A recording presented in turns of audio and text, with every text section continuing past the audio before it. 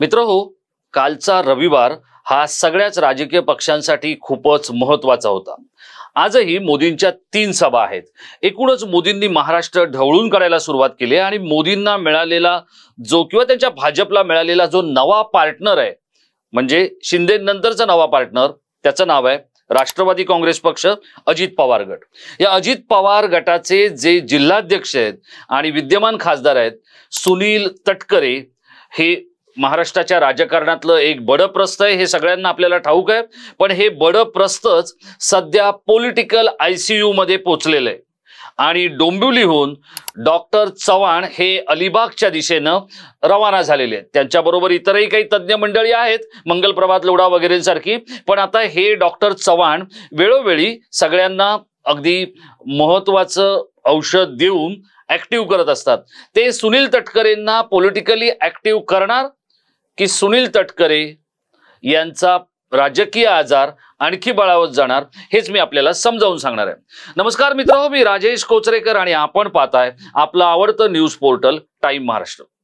मित्रहो, सध्या मुंबईत प्रचंड घमासान आहे। घमासान एवढ्यासाठीच आहे की ठाण्यामध्ये मुख्यमंत्र्यांच्या होम पिचवर राजन विचारे अर्ज भरणार आहेत आणि राजन विचारे विरुद्ध एकनाथ शिंदे हा जो काही मुकाबला असणार आहे, त्या मुकाबल्यामध्ये आज ठाण्याचा ठाणेकर घोषित होणार आहे। तिकडे दक्षिण मुंबईमध्ये शिंदेंसाठी पहिल्यांदा खासदार म्हणून बगावत करणारे राहुल शेवाळे हे आज आपला अर्ज भरणार आहेत। राहुल शेवाळेंचे विरोधक आहेत उद्धव ठाकरे यांचे मॅन फ्रायडे असलेले अनिल देसाई, ते देखील अर्ज भरणार आहेत। तर एकूणच आजचा दिवस हा प्रचंड धक्काबुक्कीचा आहे आणि त्याच्या आधी महत्त्वाचा कंटेंट आपल्यापर्यंत पोहोचवण्यासाठी थेट फील्डवरून मी स्टुडिओत पोहोचलोय।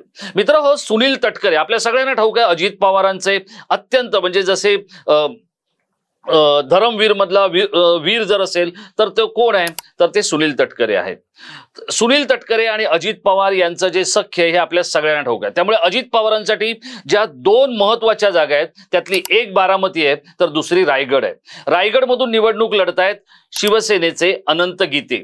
अनंत गीते हे आपल्याला फारसं अगदी रोज मीडियामध्ये दिसणारं नाव नाहीये, हे जरी कबूल असलं तरी गेली 35 वर्ष ते खासदार आहेत आणि या 35 वर्षांपैकी 15 वर्ष त्यांनी मंत्रिपदाचा कार्यभार सांभाळलेला आहे। अत्यंत ज्येष्ठ नेता आणि याच ज्येष्ठ नेत्याने अवघ्या 2300 मतांनी सुनील तटकरेंचा 2014 साली पराभव केला होता। त्या पराभवाचा वचपा सुनील तटकरे यांनी 2019ला काढला। त्यावेळेला साधारण मताधिक्य जे होतं ते 32,000 मतांचं होतं। अर्थात तटकरेंसाठी हे जे काही मताधिक्य होतं हे तितकंसं जरी कौतुकास्पद नसलं तरी विजय हा विजय असतो आणि त्यामुळे आता सुनील तटकरे पुन्हा एकदा राजकीय अडचणीत आलेले आहेत। याचं कारण असं आहे, मोठ्या प्रमाणात उद्धव ठाकरेंबरोबर तळाचा कार्यकर्ता हा अगदी त्यांच्या बरोबर घट्ट राहिलेला आहे आणि सगळ्यात महत्त्वाचं म्हणजे मोदींची मुकाबला करणारा नेता म्हणून उद्धव ठाकरे यांच्याकडे पाहिलं जातंय आणि त्यामुळे कोकण किनारपट्टीवरचा मुस्लिम मतदार जो आहे हा देखील, कोकणच नव्हे तर मुंबईतला मुस्लिम मतदार सुद्धा उद्धव ठाकरेंबरोबर आता घट्ट उभा राहिलेला आहे। आता या 2 मतदारांमुळे अनंत गीते हे प्रचंड ऍक्टिव्हेट होऊन काहीसे आघाडीवर पोहोचले होते। सुनील तटकरेंना कळतच नव्हतं की करायचं तर करायचं काय। आता या मतदारसंघात एकूण 6 लोकसभेच्या या मतदारसंघात 6 विधानसभेचे मतदारसंघ येतात। त्यापैकी जर आपण अगदी ठोकताळे बांधले किंवा अगदी समजून घेतलं तर अलिबाग, तिथे महेंद्र दळवी आहेत। त्याच्यानंतर जर आपण पाहिलं तर पेण आहेत, तिथे रविशेठ पाटील आहेत। श्रीवर्धन आहे, तिथे आदिती तटकरे आहेत। त्याचप्रमाणे खेड आहे, तिथे योगेश कदम आहेत। अर्थात योगेश कदम हे शिंदे गटाचे आमदार आहेत आणि त्याच्या बरोबरीने गुहागर आहे, तिथे भास्कर जाधव आहेत आणि हा जर संपूर्ण आपण सगळा महाड, तिथे भरतशेठ गोगावले ते देखील शिंदेबरोबर आहेत। या 6 मतदारांपैकी एक भास्कर जाधव जर सोडले तर उरलेले 5चे 5 जे आमदार आहेत ते तटकरेंच्या बाजूने आहेत।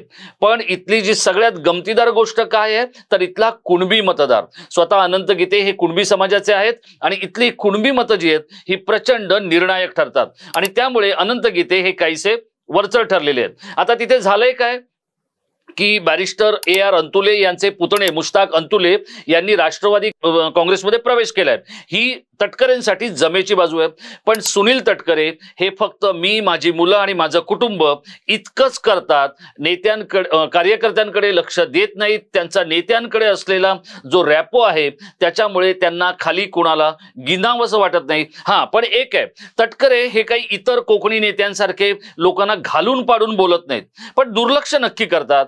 ते त्यांना फारसं महत्व देत नाहीत. हे जरी खरं असलं तरी कोकणातले अनेक नेते आपण कसे वागतात हे पाहिलेलंच आहे, की म्हणजे त्या नेत्यांबद्दल न बोललेलं बरं. तटकरे काही त्या पंक्तीत जात नाहीत.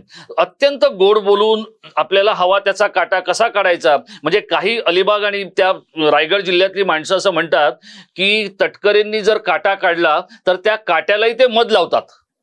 असे तटकरे आता काहीसे अडचणीत आले होते. आणि मग अडचणीत आल्यानंतर आपल्याकडे जे काही तज्ज्ञ डॉक्टर आहेत त्यापैकी एक आहेत डोंबिवलीचे रवींद्र चव्हाण. ते डॉक्टरच आहेत, कारण ते काही असू दे, महासत्तांतर असेल तरी आपल्याला रवींद्र चव्हाण लागतात. आणि असं काही कोणी अडचणीत आलं किंवा पॉलिटिकल ICU मध्ये गेलं तरी तिथे रवींद्र चव्हाण लागतात. आता हे रवींद्र चव्हाण आपले दुसरे सहयोगी डॉक्टर जे आहेत मंगलप्रभात लोढा यांना घेऊन सध्या रायगड मतदारसंघाचे दौरे करतायत. हे दौरे रेकॉर्डवर नाही आहेत. हे दौरे अगदी अशा पद्धतीत केले जात आहेत की जेणेकरून तटकरे कसे निवडून येतील याकडे पाहिलं जात आहे. कारण तटकरे निवडून येणं ही अजितदादांची गरज आहे आणि अजितदादा टिकून राहणं ही देवेंद्र फडणवीस आणि भाजपची गरज आहे. आता या सगळ्या गोष्टींचा ज्या वेळेला आपण विचार करतो तर इथे जी मतं आहेत, कुणबी मतं, ती आहेत 7.5 ते 8 लाख कुणबी मतं आहेत. या संपूर्ण मतदारसंघामध्ये 22.5 लाख इतके मतदार आहेत. आणि याच्यापैकी जर आपण पाहिलं तर शेकाप जो पक्ष आहे महत्वाचा पक्ष आहे, कारण इथले जे जिल्हाध्यक्ष आहेत भाजपचे धैर्यशील पाटील हे तटकरेंच्या जागेवर निवडणूक लढवण्यासाठी इच्छुक होते. 2 वेळा ते आमदार होते. ते आता दक्षिण रायगडचे जिल्हाध्यक्ष आहेत आणि त्याच्या आधी 5 वेळा त्यांचे वडील तिथून आमदार होते. त्यामुळे हे तिथलं मोठं नाव आहे, वजनदार नाव आहे. याच नावाचा तटकरेंना विरोध होता आणि त्यामुळे खालच्या भाजपच्या लोकांनी तटकरेंचं काम करणार नाही असा निर्णय घेतला होता. तटकरे हवालदिल झाले होते. त्यांना काय करायचं कळत नव्हतं. याचं कारणच आहे, एका बाजूला जीवघेणा उकाडा आणि दुसऱ्या बाजूला भाजपच्या कार्यकर्त्यांनी फिरवलेली पाठ. त्याच्यामुळे शेवटी त्यांनी देवेंद्र फडणवीसांच्या कानी हे सगळं घातलं आणि त्यानंतर डॉक्टर चव्हाणांना तिथे पाठवण्यात आलेलं आहे. आता डॉक्टर रवींद्र चव्हाण तिथे पोहोचले, त्यामुळे जे काही करायचं ते करतील. आता तटकरे आणि गीतेंचा जर आपण विचार केला तर एका बाजूला गीते आहेत, म्हणजे शिवसेना, म्हणजे भावना, हिंदुत्व, अस्मिता, या सगळ्या गोष्टी म्हणजे अनंत गीते. त्याच्या जोडीला कुणबी, मी कुणबी आहे, मी तुमचा आहे असं म्हणून भावनिक आवाहन करणं, समाज आणि जात या गोष्टी गीतेंकडे. तर दुसऱ्या बाजूला आपण तटकरेंकडे जर पाहिलं तर तटकरेंनी बघा ज्या पद्धतीचा निधी तटकरेंनी आणलेला आहे किंवा ज्या गोष्टी आणलेल्या आहेत, तिथे त्यांनी 500 कोटी रुपयाचं मुस्लिम युनानी कॉलेज आणलेलं आहे.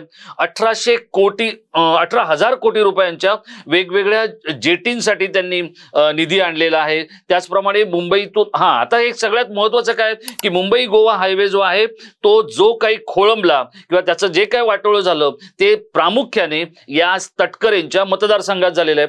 पण आता तिथून CC रोड म्हणजे कॉन्क्रिटीकरण जे आहे रस्त्याचं मुंबई गोवा हायवेचं, त्यासाठी मोठ्या प्रमाणात त्यांनी 7,000 कोटी रुपये आणलेले आहेत. आता हे सगळं होत असताना त्यांनी अलिबागमध्ये एक प्रकल्प आणलेला आहे 7,000 कोटींचा.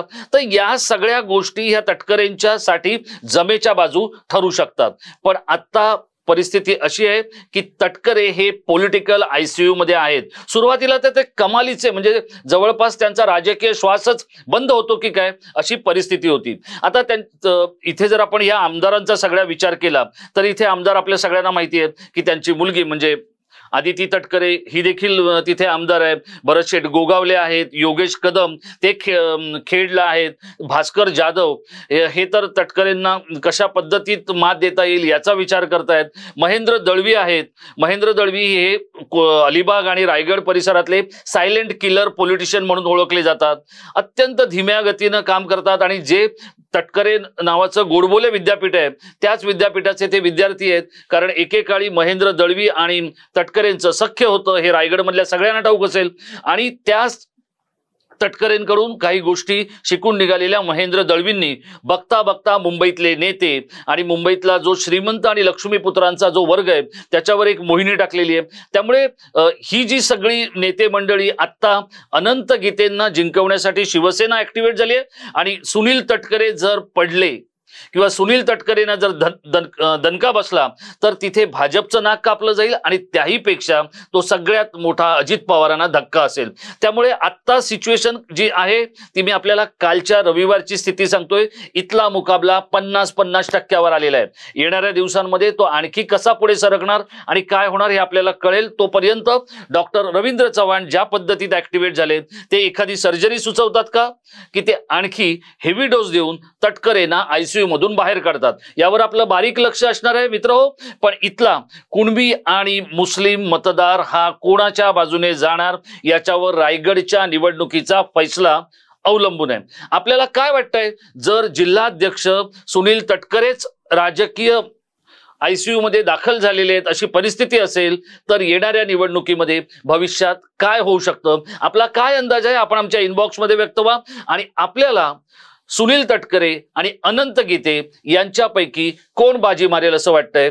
आपण आपलं जे उत्तर आहे ते आमच्यापर्यंत पाठवा। या उत्तरावर आपण आपला पुढचा व्हिडिओ करणार आहोत। तोपर्यंत स्वतःची काळजी घ्या आणि हो हा व्हिडिओ तुम्ही शेवटपर्यंत पाहिला असेल मित्र हो आणि जर तो तुम्हाला आवडला असेल तर तो आवर्जून लाईक करा आणि शेअर करायला विसरू नका। मित्रहो आपण दिवसागणिक आम्हाला प्रेम देताय असंच प्रेम आपण उत्तरोत्तर वाढवा आणि टाइम महाराष्ट्र हा हार्डकोर न्यूज पोर्टल तुम्ही सबस्क्राइब करा। महाराष्ट्राच्या राजकारणातल्या बातम्यांमुळे तुम्हाला अपडेट करण्याचा प्रयत्न आम्ही वारंवार करत राहू इतकंच आश्वस्त करतो आम्ही तुम्हाला निराश करणार नाही। तर मग करताय ना सबस्क्राइब प्लीज आपण आम्हाला सबस्क्राइब करा आणि हा व्हिडिओ लाईक करून शेअर करायला विसरू नका। धन्यवाद।